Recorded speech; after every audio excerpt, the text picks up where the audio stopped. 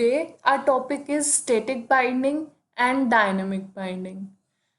ये भी एक ऊप्स का एक कंसेप्ट है, तो हम इसको आज आइए समझते हैं। क्या होता है? Association of a method coal to method body is known as binding. जो मेथड कोल है उसकी मेथड बॉडी से जो एसोसिएशन है उसको हम बाइंडिंग बोलते हैं। दो तरह की बाइंडिंग होती है हमारी, स्टैटिक बाइंडिंग और डायनेमिक बाइंडिंग। जो स्टैटिक बाइंडिंग होती है, ये हमारी होती है कंपाइल टाइम पे। ये हमारी स्टैटिक बाइंडिंग कंपाइल टाइम पर होती है, और जो ये डायनेमिक बाइंडिंग होती है हमारी, ये रन टाइम पर होती है। ठीक है। अब स्टैटिक बाइंडिंग और डायनेमिक बाइंडिंग का हमें ये तो पता चल गया कि किस टाइम पर होती है। इस कंसेप्ट को हम बेटर समझते हैं इस तरीके से। देखिए, जैसे ये क्लास है, एक क्लास ह्यूमन है, उसके अंदर की कुछ बॉडी रही होगी। एक क्लास बॉय है जो एक्सटेंड कर रही है ह्यूमन को, उसके अंदर हमारा मेन मेथड है। अब एक बॉय ऑब्जेक्ट न्यू बॉय को ही रेफर कर रहा है, ओके, और एक ह्यूमन का ऑब्जेक्ट बॉय को रेफर कर रहा है। तो होता क्या है कि बॉय क्लास जैसे ह्यूमन को एक्सटेंड कर रही है, तो हम उसको इस तरह से भी उसका रेफरेंस असाइन कर सकते हैं। तो हमारे पास ये दो मेथड होते हैं उसको रेफरेंस देने के लिए। अब जो स्टैटिक बाइंडिंग होती है उसको हम अर्ली बाइंडिंग भी बोलते हैं। स्टैटिक बाइंडिंग कंपाइल टाइम पर होती है और इसको हम अर्ली बाइंडिंग भी बोलते हैं। मैं आपको दूसरे कलर से लिख देती हूँ ताकि एकदम से कंफ्यूजन ना हो जाए। अर्ली बाइंडिंग भी बोलते हैं इसको, और इसको हम लेट बाइंडिंग भी बोलते हैं। ये हमारे पास टाइप समथिंग क्यों आ गया? इसकी जगह होगा रन टाइम पर होती है। ओके,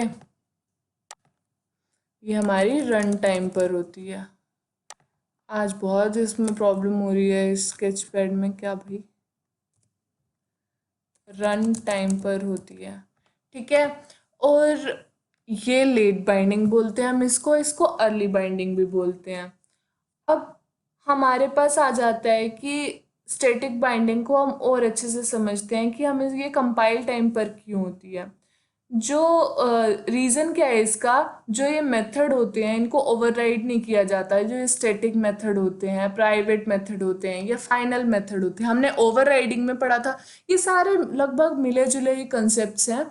जो हमारे पास स्टैटिक बाइंडिंग होती है ये कंपाइल टाइम पर होती है, और ये बेसिकली बाइंडिंग जो स्टैटिक प्राइवेट और फाइनल मेथड्स की होती है वो कंपाइल टाइम पर ही होती है, क्योंकि इनको ओवरराइड नहीं किया जा सकता।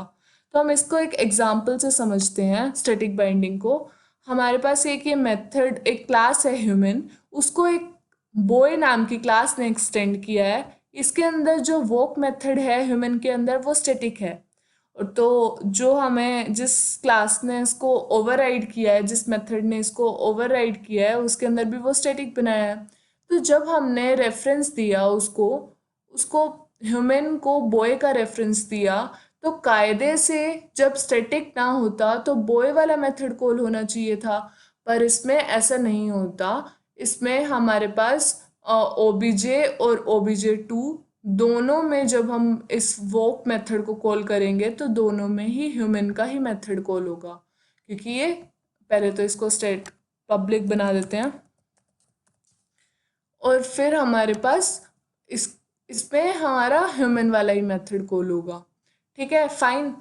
अब बात आती है फिर हमारी स्टैटिक ना हो यानी कि डायनेमिक बाइंडिंग हो। डायनेमिक बाइंडिंग हो या फिर लेट बाइंडिंग हो, या फिर बाइंडिंग जो रन टाइम पर हो रही है, या फिर इसको ये बोल सकते हैं कि ओवरराइडिंग के टाइम पर होती है। ठीक है, ओवरराइडिंग हमने पढ़ा था, डेटा ओवरराइडिंग, तो ये तब होती है। तो जो डायनेमिक बाइंडिंग है उसका एग्जाम्पल भी हम देख लेते हैं लेट बाइंडिंग का। एक ह्यूमन क्लास है, इसके अंदर मैंने स्टैटिक मेथड नहीं बनाया है, और डेमो क्लास ने जब इस ह्यूमन को ओवरराइड किया तो इसके अंदर जो वोक मेथड था, अब जब मैं और जैसे ओवरराइडिंग में मैंने आपको बताया था एग्जांपल, अगर ह्यूमन डेमो को रेफर करेगा या ह्यूमन ह्यूमन को करेगा, ह्यूमन डेमो को करेगा तो डेमो वाला मेथड कॉल होगा, अगर ह्यूमन ह्यूमन को करेगा तो ह्यूमन वाला मेथड कॉल होगा। इसको एग्जीक्यूट करके देख लेते हैं हम। अगर ऐसा ही हो रहा है और ये स्टैटिक मेथड भी नहीं है तो इसमें हमारी डायनेमिक बाइंडिंग हो रही है। देखिए, बॉय वॉक्स ह्यूमन वॉक्स, बॉय वॉक्स ह्यूमन वॉक्स। ओके, तो ये हमारा डायनेमिक बाइंडिंग का हो गया। अब हमने दोनों समझ लिया कि जैसे आउटपुट दोनों में डिफरेंट आया है, स्टैटिक बाइंडिंग में जिसका भी ऑब्जेक्ट क्रिएट करें या उसका करें। तो अब हम देखते हैं कि इन दोनों में डिफरेंस, लाइक कोई पूछ ले हमसे कि इन दोनों में डिफरेंस क्या होता है। वैसे तो आपको काफ़ी सारे डिफरेंसेस समझ आ गए होंगे, पर एक अच्छे से नोट फॉर्मेट में हम इनको समझ लेते हैं। तो static binding versus dynamic binding. Static binding हमारी कंपाइल टाइम पर होती है और डायनेमिक बाइंडिंग हमारी रन टाइम पर होती है। जो स्टैटिक बाइंडिंग होती है उसमें बाइंडिंग होती है प्राइवेट, स्टैटिक या फाइनल मेथड्स की, वो कंपाइल टाइम पर ही होती है हमेशा। और जो ओवरराइडिंग होती है वो हमारी डायनेमिक होती है।